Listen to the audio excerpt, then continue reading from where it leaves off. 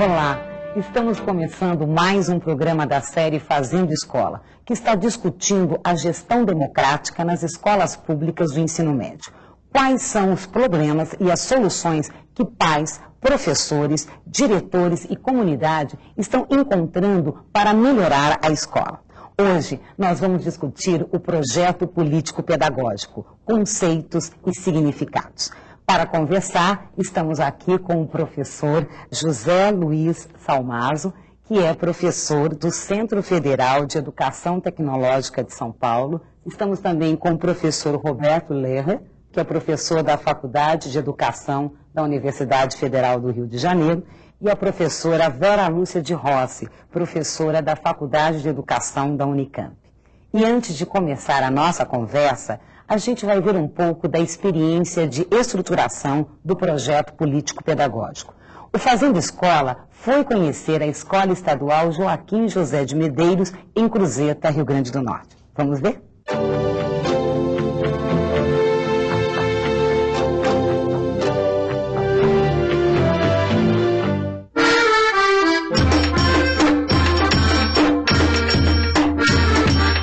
Fragmentos da realidade. Identificação. A comunidade como ela é. Planejar a escola é ter uma visão ampla, achar detalhes, encontrar soluções. É preciso entender o contexto de onde se vive.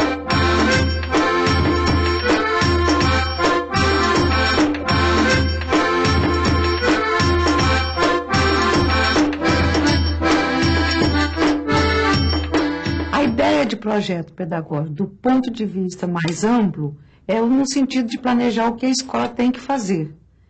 A partir do que é possível, construir o que ela pretende realizar com seus alunos, tendo em vista as necessidades da clientela, no caso dos alunos, da população e das necessidades da própria sociedade. O projeto político-pedagógico nasce da necessidade de mudança, de correção de rumos. Nós convidamos a comunidade, fundamos o conselho e a partir daí nasceu o nosso projeto político-pedagógico. Com esse início de abertura para o diálogo, foi aí que a gente começou a crescer. Toda escola ela deve ter o seu projeto político-pedagógico, né? Porque é um documento essencial, que também ele não deve ser guardado. Este documento ele tem que ser feito coletivamente e deve ser posto em prática.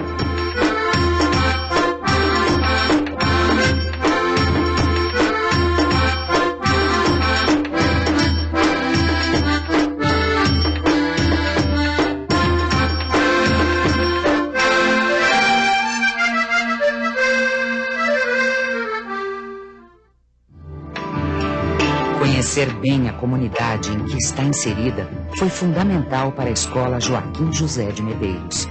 Em 1995, foi elaborado o primeiro projeto político-pedagógico da escola. A gente ilustrava o projeto como se ele fosse uma grande nave, né? E que ele teria como passageiro os pais, os alunos, os professores e alguma pessoa que se envolvia na escola. E era uma nave que ela tinha destino certo, só que a gente não saberia quando ela ia chegar. Com certeza, há uns certos anos atrás, a escola não era para todos, era para alguns, principalmente para aqueles que detinham dinheiro. E ao caminhar da história, a gente vem observando que a escola se abriu. Meus pais nunca vieram aqui, só vinha mesmo fazer a matrícula e algumas reuniões não tinha a oportunidade que a gente tem hoje, de eu chegar e dar uma opinião e ser aceita, né? O projeto político-pedagógico ajuda a identificar o que é a escola e definir os caminhos que devem ser seguidos. Mas nem todo caminho é fácil de seguir.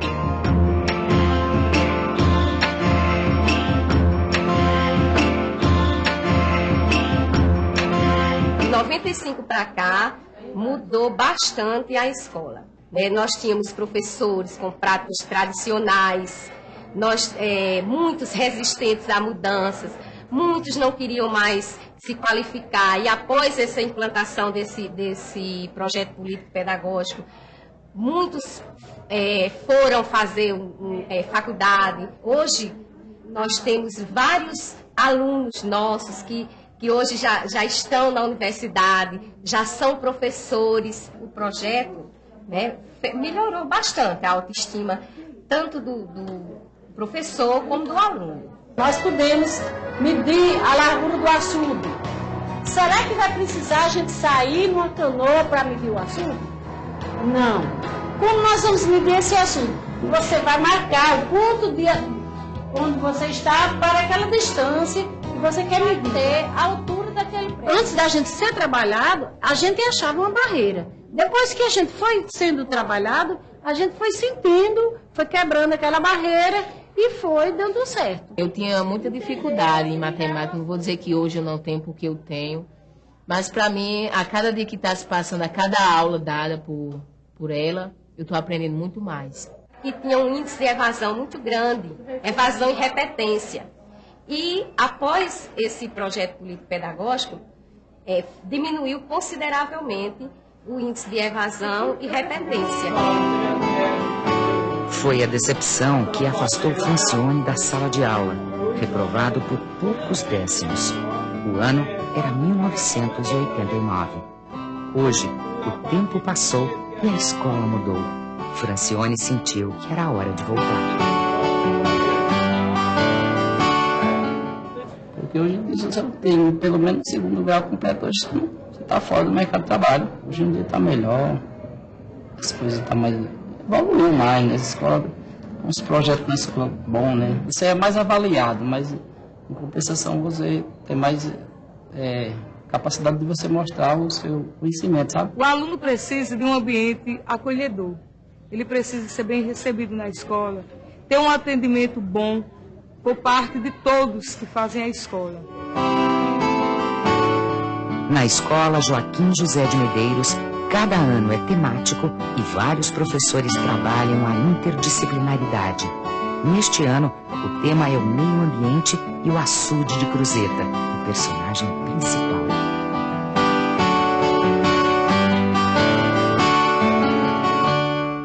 Olá pessoal, boa tarde.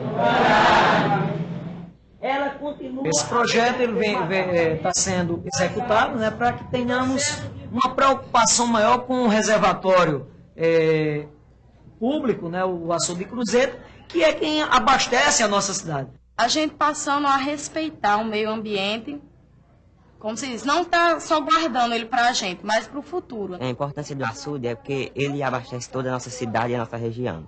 Não só aqui em Cruzeta, mas também nas zonas rurais. Ele está sendo muito poluído devido a ligações clandestinas de fossas, de esgoto, de lixo que jogam diretamente no açude. Nos rios que correm para o açude, eles colocam muito agrotóxico nas plantações. Isso traz, acarreta sérios danos à água do açude.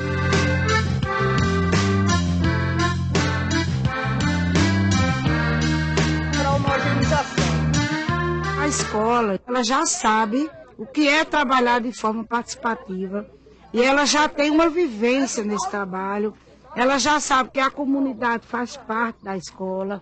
Então, o que é que está retomando? Retomando a questão da sistematização maior de trabalhos, formação do professor, dos conteúdos, a questão da liderança estudantil, é a formação do aluno, é a formação do cidadão. A gente monta assim peças, essas peças assim, pequenas, mas que têm um significado muito grande. Nós temos um potencial muito grande que muitas vezes a gente desconhece. Como nessas apresentações, muitos alunos me surpreendem.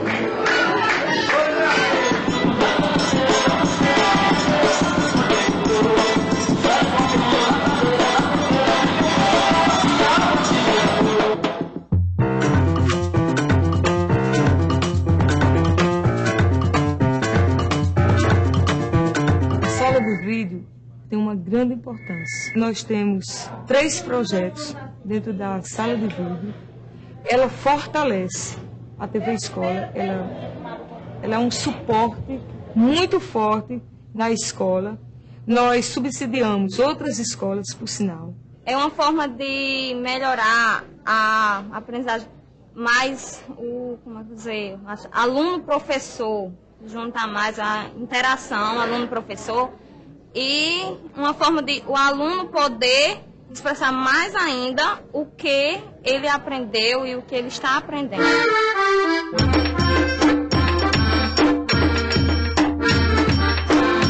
Bom dia, estamos aqui na Rádio Conhecimento. Vamos mostrar agora os projetos da escola. O primeiro projeto, Preservando a Natureza, limpando, cultivando e colhendo. Também temos o projeto da Telesala, que é o amor e suas várias faces. O projeto da Sala de Apoio Pedagógico. Temos os projetos de desenvolvimento, que é o projeto Culinária na Escola, projeto O Açude de Cruzeta. Temos o projeto das Festas Juninas, que é com a quadrilha Balancê do Sertão.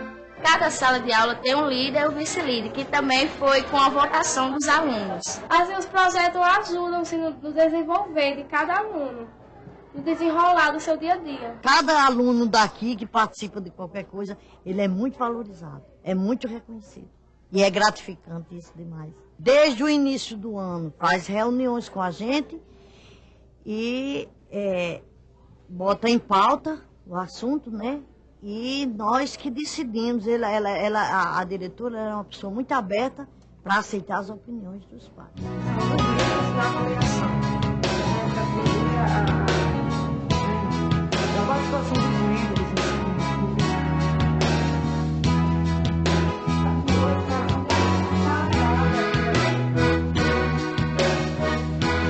A gente fez as reuniões, aplicou os questionários com os pais, com os alunos, com os funcionários. A gente já está vendo como é que está a questão da situação da escola.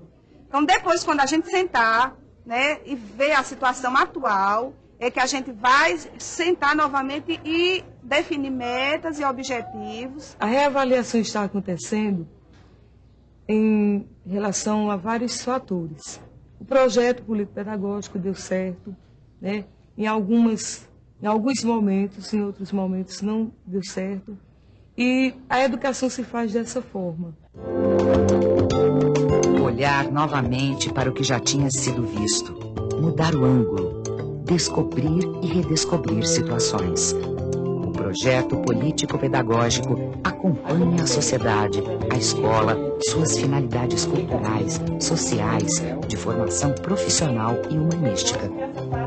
Revê a cada momento a sua própria condição e muda sempre que for preciso. A primeira coisa que é preciso para que tudo isso aconteça é a equipe estar organizada, a equipe pedagógica da escola, tá certo? Que nós tenhamos um cronograma para que a gente possa ter momentos de discussões, grupos de estudos, que exista realmente uma parceria e uma clareza dos objetivos do projeto político-pedagógico. Há pouco tempo nós estávamos discutindo que esse projeto ele tem que chegar às mãos de cada profissional. Não vai ficar restrito à direção da escola. Cada um tem que ter em mãos, para ter clareza dos objetivos, das metas, das ações. E uma coisa interessante que a gente possa estar discutindo e descobrindo que as mudanças estão acontecendo é esse envolvimento. Ao desvendar detalhes da escola, o projeto político-pedagógico revela muito mais. Nos fragmentos do ensinar, descobre-se a sociedade e seus valores. Transcende a sala de aula e se encontra com a cidadania.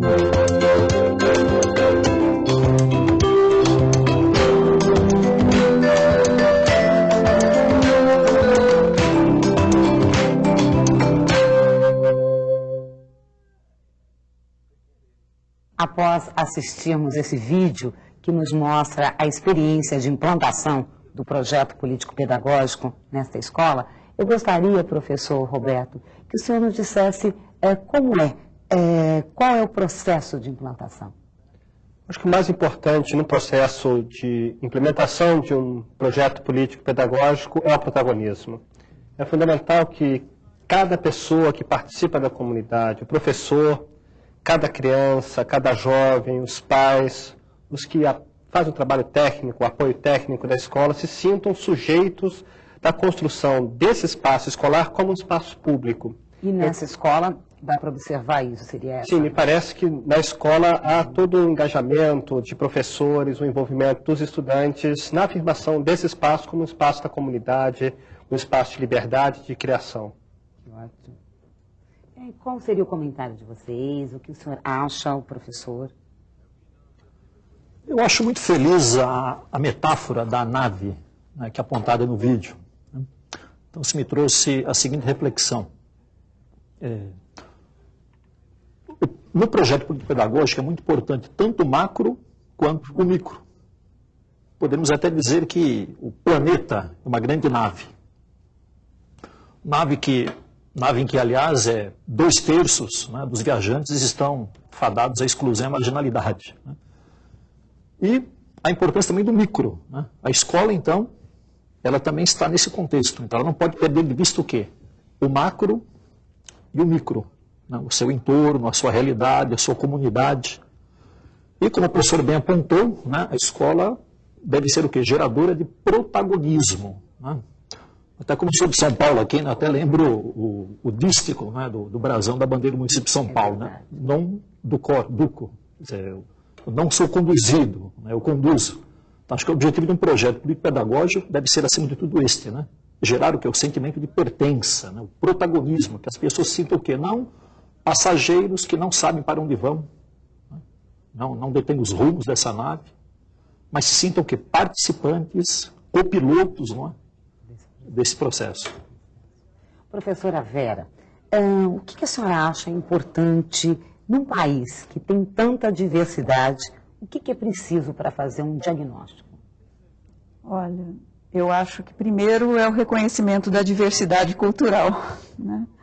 Reconhecer a diversidade, né, como algo muito positivo, muito interessante, muito rico, muito criativo.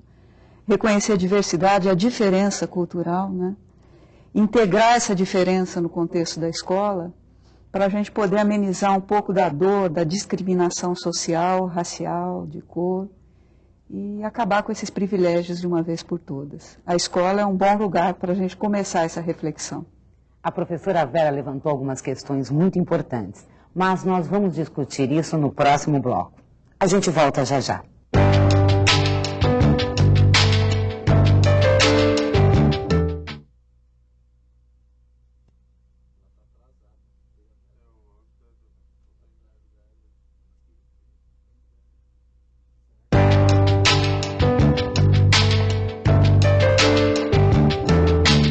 Estamos de volta com o programa Fazendo Escola. E hoje a nossa discussão é sobre o projeto político-pedagógico nas escolas públicas de ensino médio. Professora Vera, justamente em relação ao vídeo, à escola, ao projeto que nós vimos no Rio Grande do Norte, quais são as suas impressões, o que a senhora queria colocar dentro da nossa discussão? Olha, primeiro eu queria dizer que eu tive uma sensação boa por esses fragmentos que esse vídeo nos mostra. Primeiro, por ser uma escola pública do ensino médio com uma experiência bem sucedida. Para fazer um contraponto na nossa memória, né, que está muito em voga hoje, de que a coisa pública é uma fonte só de sofrimento e de derrotas. Nós temos aí um excelente exemplo de uma escola que integra o espaço público, que interage com os sujeitos da escola no espaço público, com alunos que vão para a universidade com um processo de ensino-aprendizagem rico, com a formação de professores boa, com alunos auto-organizados, com a gestão da escola, acima de tudo, integrada a um projeto político-pedagógico. Eu acho que as coisas têm sentido na gestão quando ela tem um projeto. Esse projeto alimenta a gestão e a gestão da escola alimenta esse projeto. E esses atores agarram isso de uma forma muito intensa, muito bonita. Esse esforço vale a pena. Isso é interessante, né, professor Roberto? Porque quando nós falamos projeto político-pedagógico, né? Porque é político e porque é pedagógico ao mesmo tempo. A política tem uma concepção de público. A escola, enquanto espaço que socializa saberes, nem sempre foi pública. A afirmação da escola como espaço público foi decorrente de muitas lutas históricas. Foi preciso, primeiro, que os setores que estavam excluídos da escola, os filhos dos trabalhadores, pudessem estar na escola. E não estar como sujeitos passivos, mas como sujeitos de direito. E nessa perspectiva é que é político, porque é uma afirmação da esfera dos direitos, do que é devido a cada cidadão, porque ele, na condição de cidadão, tem direitos. E esses direitos foram forjados politicamente. E é pedagógico porque é uma concepção de educação, de mundo, que essa escola deve elaborar, sistematizar e socializar. Então, nessa ótica que entendemos que o projeto político-pedagógico, na verdade, é constitutivo da escola, quer dizer, faz parte do ser da escola. Perfeito. Professor, projeto político-pedagógico. Nas escolas técnicas, como numa escola técnica, com todas as diferenças que ela tem da escola tradicional? Eu diria para você que não há, ou não deve haver, dois projetos políticos pedagógicos idênticos. Cada escola deve buscar o que é a sua identidade. E em se tratando das escolas técnicas, no ensino médio, há esse diferencial. Normalmente são escolas que oferecem ensino médio, e cujo alunado, em grande parte, cursam concomitantemente o ensino técnico. E essa divisão, não é, que é recente, né, na educação do país, tem gerado muitas controvérsias. Né? Nós observamos o quê? Muitos alunos sobrecarregados, né? A articulação também, né, entre a formação generalista, a formação humanista, né, o ensino separada, né, das disciplinas e do curso técnico, elas têm gerado também alguns conflitos, né? São novas situações que se colocam, né, para as escolas que ministram, né, o ensino técnico também. E sempre tomando cuidado de, né, ensino técnico não é o quê? Não deve ser, ao menos, um ensino tecnicista. Né? Afinal, as tecnologias devem estar a serviço o quê? Da promoção humana. Como que a escola vai buscando a sua identidade, qual é o olhar, né, que há necessidade para que isso seja possível? Essa questão, no meu entendimento, ela é muito importante, da busca da identidade. Nós fomos colonizados. O Brasil é um país que foi colonizado a partir de uma visão eurocêntrica, que apagou diferenças, suprimiu identidades. E a escola deve buscar a alma do povo, né? Ela deve buscar a identidade cultural dos povos, a língua, a cultura, a forma de ver o mundo e a forma de dialogar com a ciência, porque, de fato, a ciência é uma produção que se pretende universal, mas a ciência deve ser, na produção do universal, também o diálogo com as particularidades. Então, me parece que a questão do projeto político-pedagógico, tal como vem sendo discutido atualmente, deve priorizar de forma muito intensa a busca das raízes e da identidade. E justamente porque, com a nossa busca de identidade, da nossa história dos povos indígenas, dos povos originários, da nossa história que tem a ver com as vozes da África, tudo isso faz parte da nossa universalidade enquanto seres humanos. E a escola deve poder fazer isto no projeto político-pedagógico. Por isso que é um espaço de criação, é um espaço de liberdade, é um espaço justamente de afirmação do humano. Né? E, professora Vera, como era antes e agora o que se pretende da questão com o projeto político-pedagógico? Como era o antes? Olha, o projeto político-pedagógico, ele passa por conceitos diversos em épocas diversas, né? Ele tem uma elasticidade. Eu não saberia dizer quando, né, quais foram as primeiras escolas, os primeiros lugares que utilizaram essa expressão projeto político-pedagógico, mas a gente pode ter uma informação que a formalização e a teorização do projeto, da junção dessas duas palavras, projeto político e pedagógico, ela se deu no embate dos projetos político-pedagógicos dos revolucionários franceses do século XVIII, Condorcet, Home, Le Pelletier, e foi nesse embate, na origem do discurso liberal, que formalizou a política burguesa, é que essas duas palavras se juntaram. É mais do que um projeto, elas se juntam num sistema político e pedagógico. E a partir de então, ele vai tomando essas diversas faces, mas ele guarda essa semelhança em relação às diretrizes da educação democrática, né, que eles desenham naquele momento. Uma delas é aquela bandeira de luta que depois os sindicatos, as lutas e as escolas assumem, que é a luta pela escola pública, laica, gratuita, universal e para todos. Por falar em projeto, este é um projeto liberal e que, aí nesse aspecto, causa insatisfação, porque ele é um projeto inconcluso devido às políticas públicas não terem realizado ainda na sua plenitude. Na sua plenitude. Professor, a senhora acredita, a senhora veio dessa maneira, as políticas agora, então tem um projeto, está ligado à questão de democracia, quer dizer, estão juntos. Falar em projeto político-pedagógico é falar em democracia, né? Não está nada terminado, nós estamos numa nave. De que maneira o senhor colocaria mais sobre isso? Como o senhor vê essa continuidade, essa união com democracia? Acho que caberia frisar, né, que desses 500 ou mais anos de Brasil, talvez uma pequena porcentagem tivemos lampejos de democracia.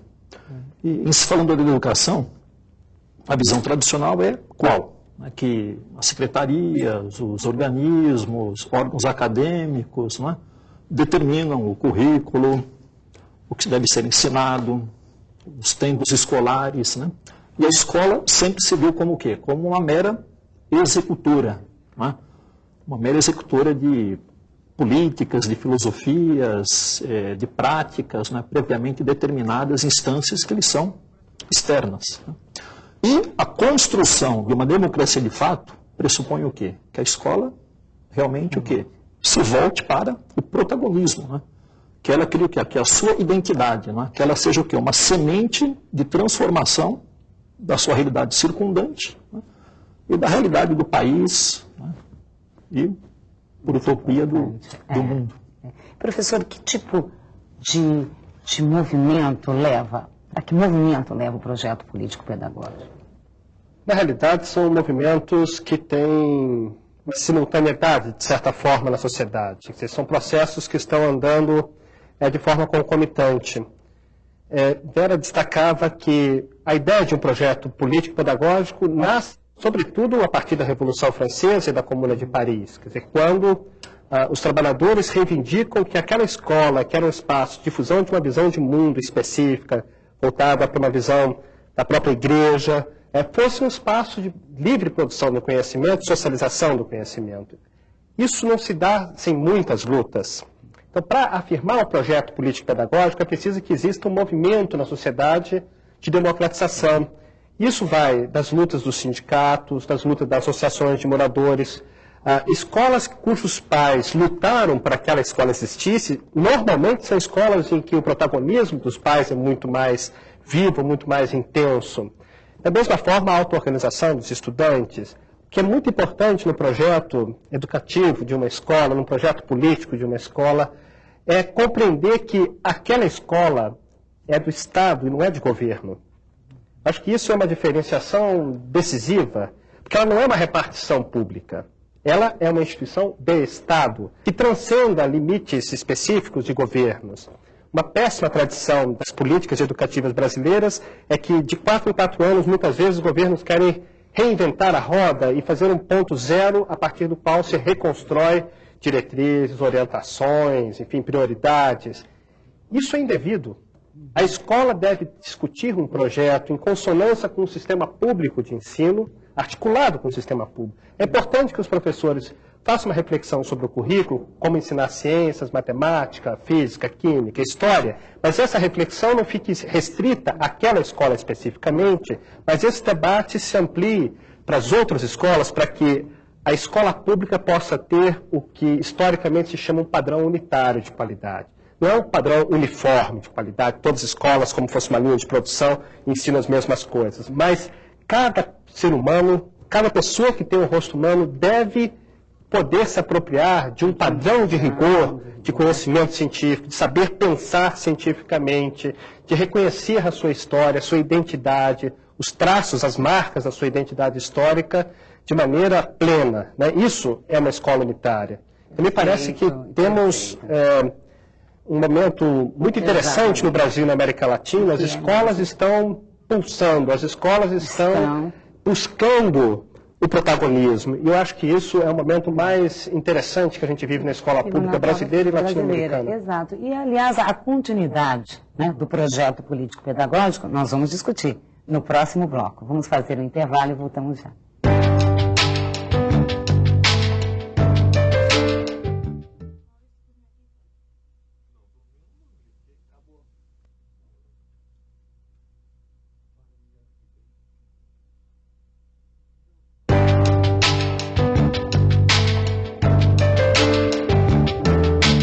O Fazendo Escola está de volta. Hoje nós estamos discutindo os conceitos e significados do projeto político-pedagógico.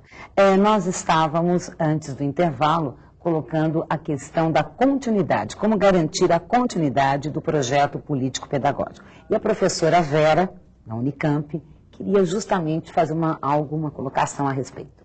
Eu achei muito interessante o que o Roberto falou, porque ele chama a atenção para alguns pontos essenciais e outros também. Mas os que eu vou colher, né, disso que você falou, é em relação à temporalidade dos projetos, que ela não pode ficar limitada, né, aos 4 anos de governo.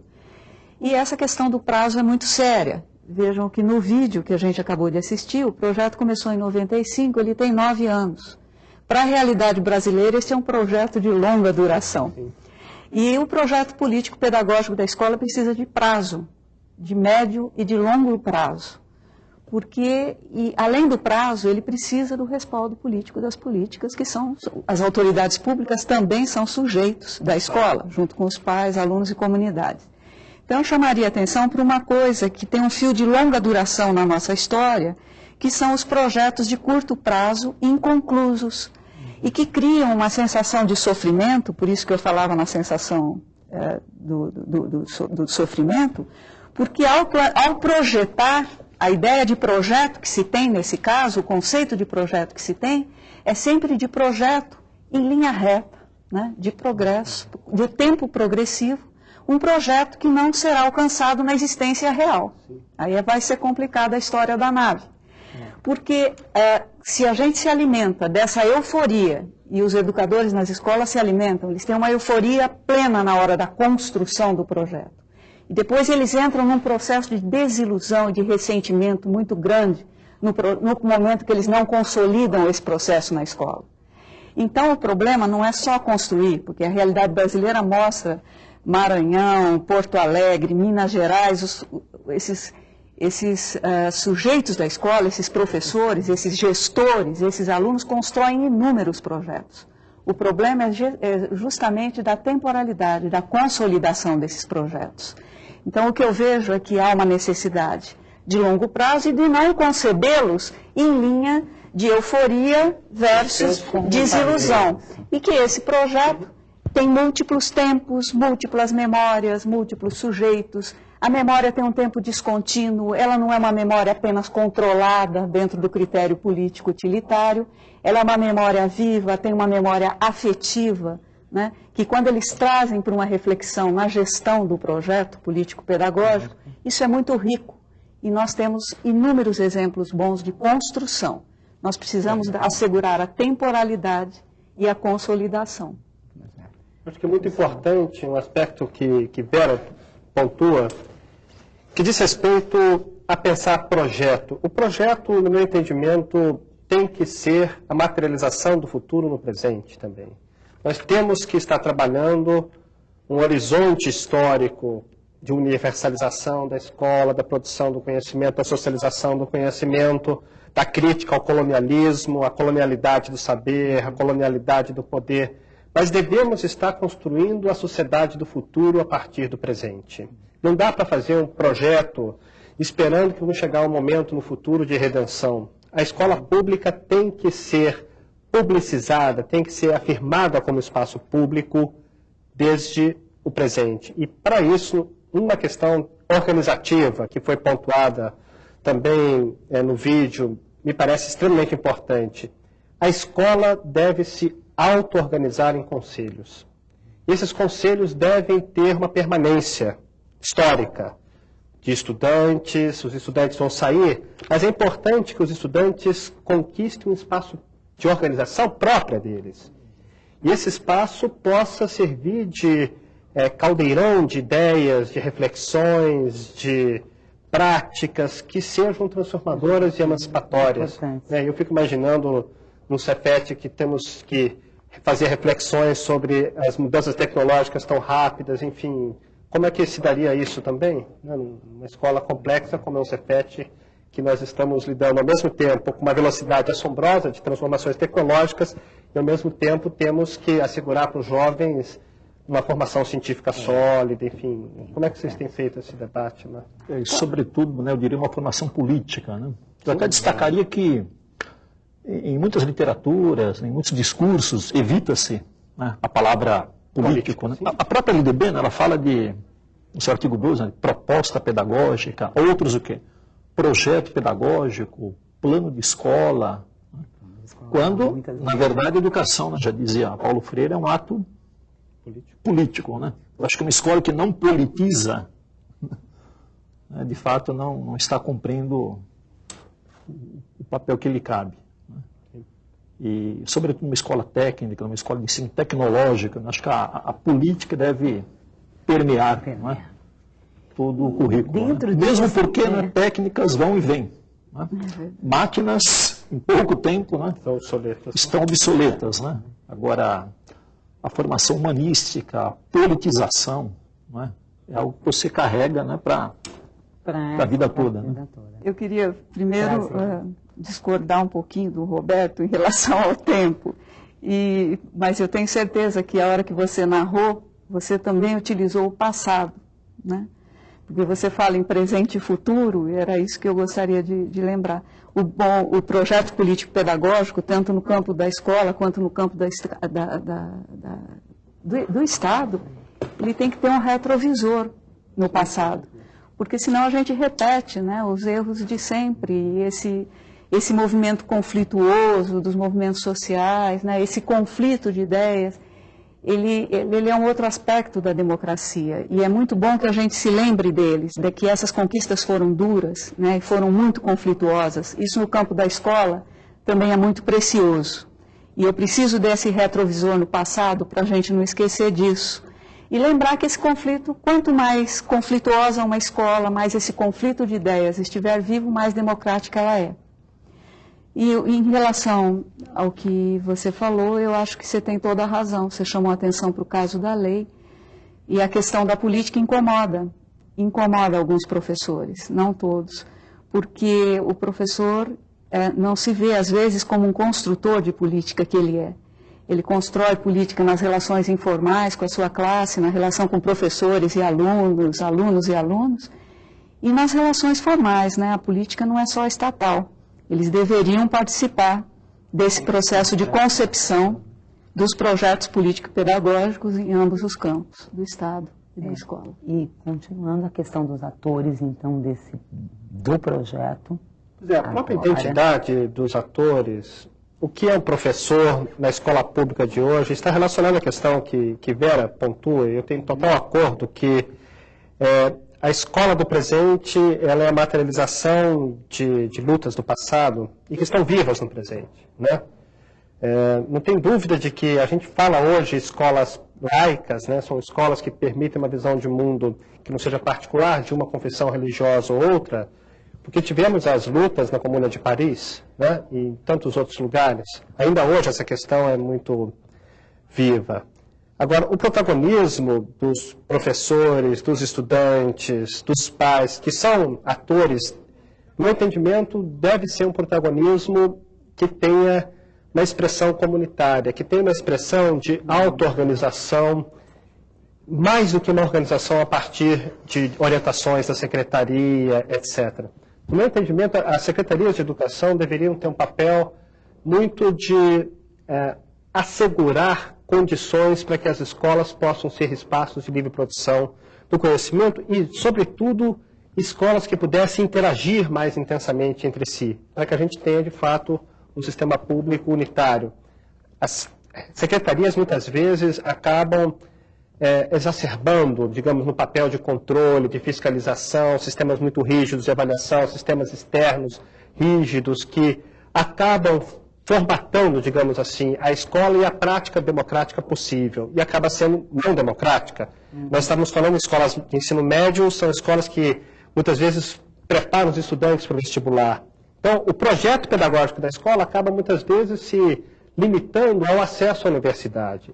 E o que é próprio, digamos, o que seria uma educação de nível médio, de alta qualidade? Esse debate acaba ficando secundarizado porque tem o problema do vestibular.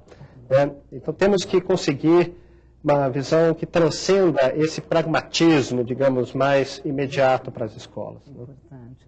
Professor Salmazo, e na escola técnica, em relação a essa questão, a esses, os atores, os novos, vamos dizer assim, os diferentes atores no projeto político-pedagógico e antes, que antes eram outros atores para qualquer proposta, como a professora Vera usou o termo proposta, ou projeto, como os professores antes gostavam de utilizar.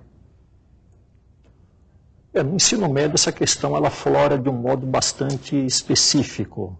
Como o professor realçou, o ensino médio muitas vezes é visto como uma mera, um curto período, geralmente de 3 anos, de acesso à universidade, a toda a pressão de muitos vestibulares conteudistas, das indústrias, da indústria do cursinho. Então, no ensino médio, acho que ele merece um tratamento bem diferenciado. Primeiramente, acho que é uma etapa da educação, onde deveria o quê? Se consolidar realmente toda uma formação político-pedagógica.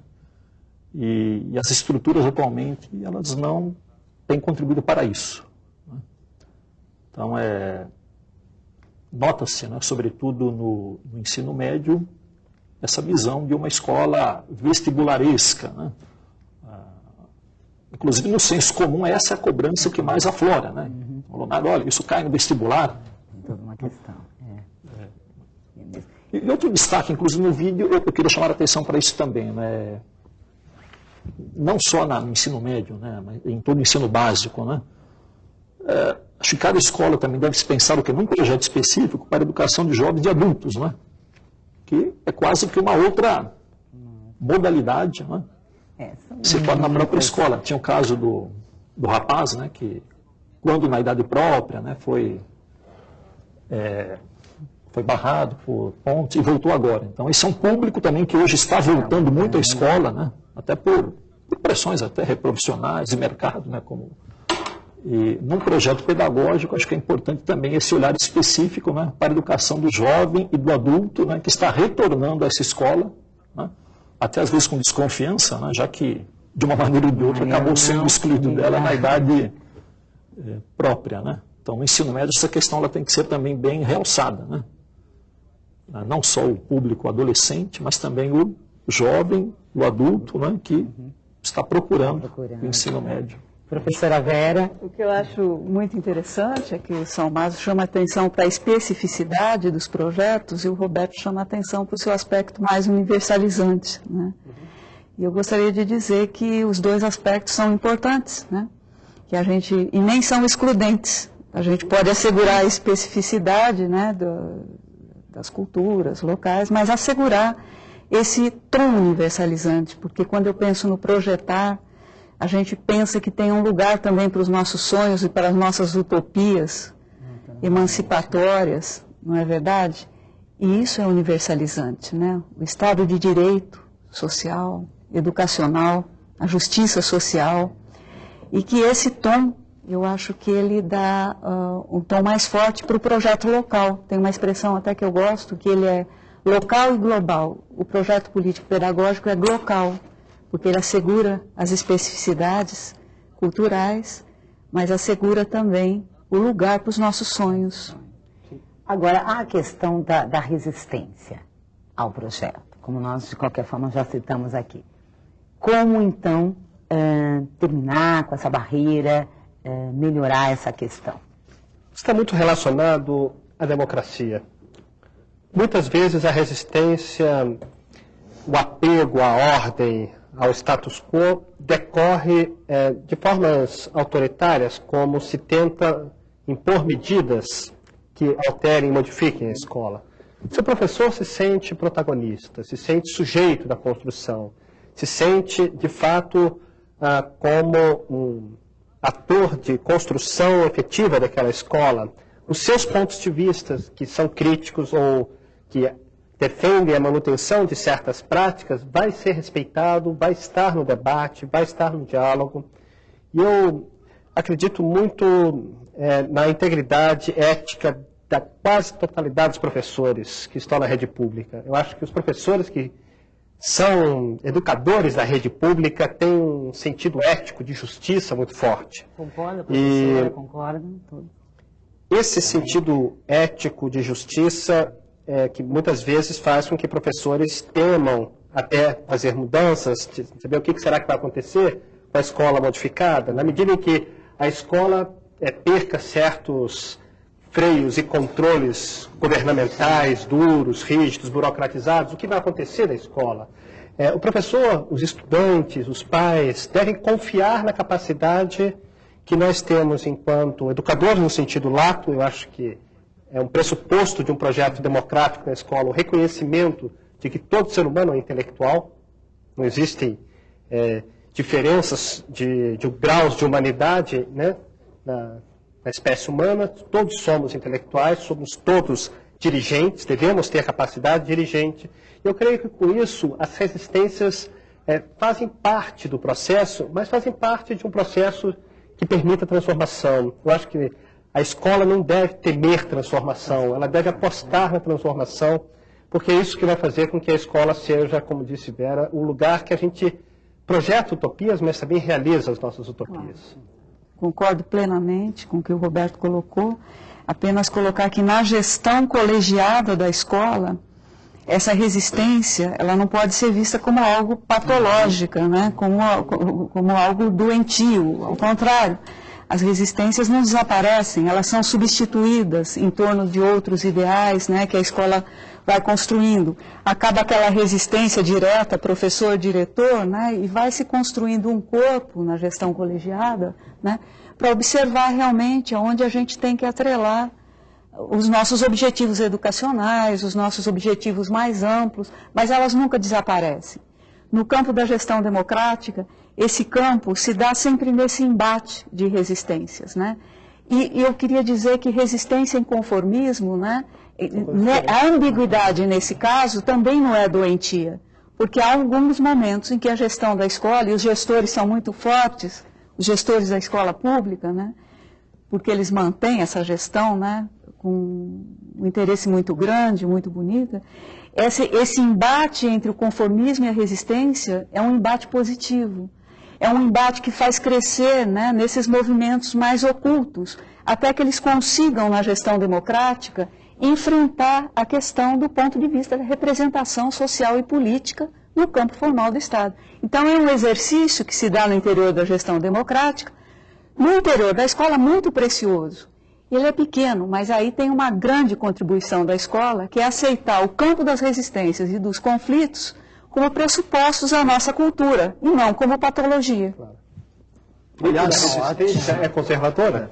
Sim. Ao contrário, muitas vezes a resistência é para manter valores, ideais que são importantes. Claro, claro. Aliás, a palavra resistência é ambivalente. Né? Inclusive, há muitos discursos, né, que colocam todo o fracasso da escola nessa desculpa. A escola não dá certo porque os professores são resistentes a mudanças. Né? Então, uma teoria da culpabilização do professor que também deve ser questionada. Né? Que é horrorosa. Que é horrorosa, inclusive. Né? E, de outro modo, né, muitas experiências positivas, democráticas se mantêm. Por quê? Por causa da resistência. Né? Então, preciso também então, tomar um pouco de cuidado com essa palavra. Né? De fato, e também ela é saudável. Né? Acho que o jogo democrático pressupõe isso, né? Um embate de ideias. Né? De professorado numa classe homogênea, né?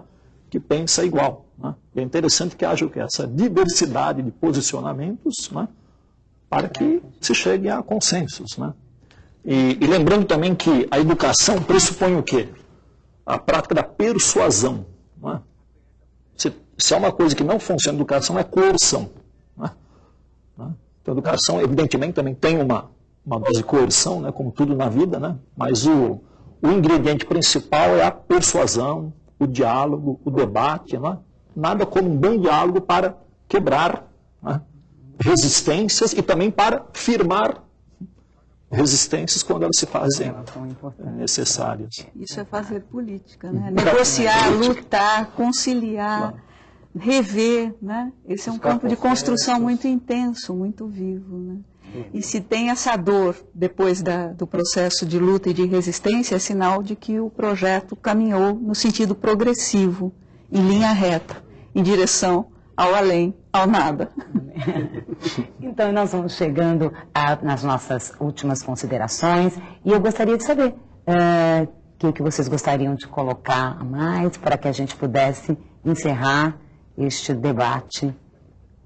Eu penso que hoje no Brasil e na América Latina, de uma forma mais geral, existe uma inquietação. Existe um processo muito interessante de busca de identidades, de busca, enfim, de uma condição protagônica. E isso se expressa enquanto política e pedagogia. É uma política, mas é uma política que queremos ser pedagógica, né? E a escola deve se afirmar como esse espaço de construção de políticas, de visões de mundo, de concepções de sociedade e, sobretudo, de concepções do que é o humano, sobretudo num contexto em que a vida é tão desvalorizada. Então eu vejo que estamos num momento muito rico. Essa inquietação, esse inconformismo, me parece um elemento novo que temos nesse século XXI e que abre janelas para o futuro. Ótimo. Eu agradeço a presença do Um senhor. prazer Muito obrigada. Professor Salmazo. Eu destacaria até pela minha própria vivência em sala de aula, né, que projeto político-pedagógico vai muito além de um mero documento, né, e ele se dá em diferentes contextos da escola, né, na sala de aula, nos corredores, no intervalo, no grêmio estudantil. Né. Projeto político-pedagógico, de fato, né, ele é uma prática, é um vivenciar, né, ele deve perpassar o cotidiano da escola. Então, que, sobretudo, o alunado de ensino médio, né, experimente na escola o que é vivências culturais, políticas. Não é raro que um aluno saia do ensino médio, por exemplo, sem nunca ter participado de uma assembleia, né, sem ao menos ter uma noção do que é esse tal de projeto político-pedagógico da escola. Né. E há sempre esse risco, né, há o risco de o projeto político-pedagógico, né, ser mostrado como o quê? Como uma mera exigência burocrática, documental, né, quando não é isso. Né, como o professor Lerrer destacou, né, o projeto político-pedagógico ele ou será projeto político-pedagógico se ele for um engendrador de protagonismo, né, do sentimento de pertença, né? Pertença de todos, né? Do professor, do aluno, do pai, né? Da comunidade do entorno. Né? E a escola, acho que ela tem esse papel, né, importante de ser um canal, né, de certa forma até insubstituível, né, na criação de um mundo diferente. Né? Por favor, professora Vera. Olha, eu gostaria de retomar no final um ponto inicial do vídeo que a gente assistiu, porque o Salmazo me fez lembrar de que o projeto político-pedagógico não é só um documento escrito. E disse a coordenadora pedagógica lá do Rio Grande do Norte que não é um documento para ser guardado. E ela tem toda a razão, porque eu gostaria de colocar que o projeto político-pedagógico não é uma ideia brasileira. Ele é uma ideia das políticas de fim dos anos 80 e começo dos anos 90, e ela faz parte de um contexto internacional. Essa reforma tem um porte internacional. E quando a gente fala em guardar o projeto, eu vou usar uma expressão, o Fórum Europeu dos Administradores da Educação mostram que também a gestão da escola e os projetos político-pedagógicos na Europa têm uma característica que é uma miscelânea de referenciais no interior da escola, dados vários sujeitos que participam dela, que a gente já comentou no início. Por outro lado, eles também não estão muito conectados com as normas institucionais. E que eles vivem esse movimento, que é típico da cultura da escola, que é um movimento de transgressão, né, e de emancipação, que a gente já comentou da gestão.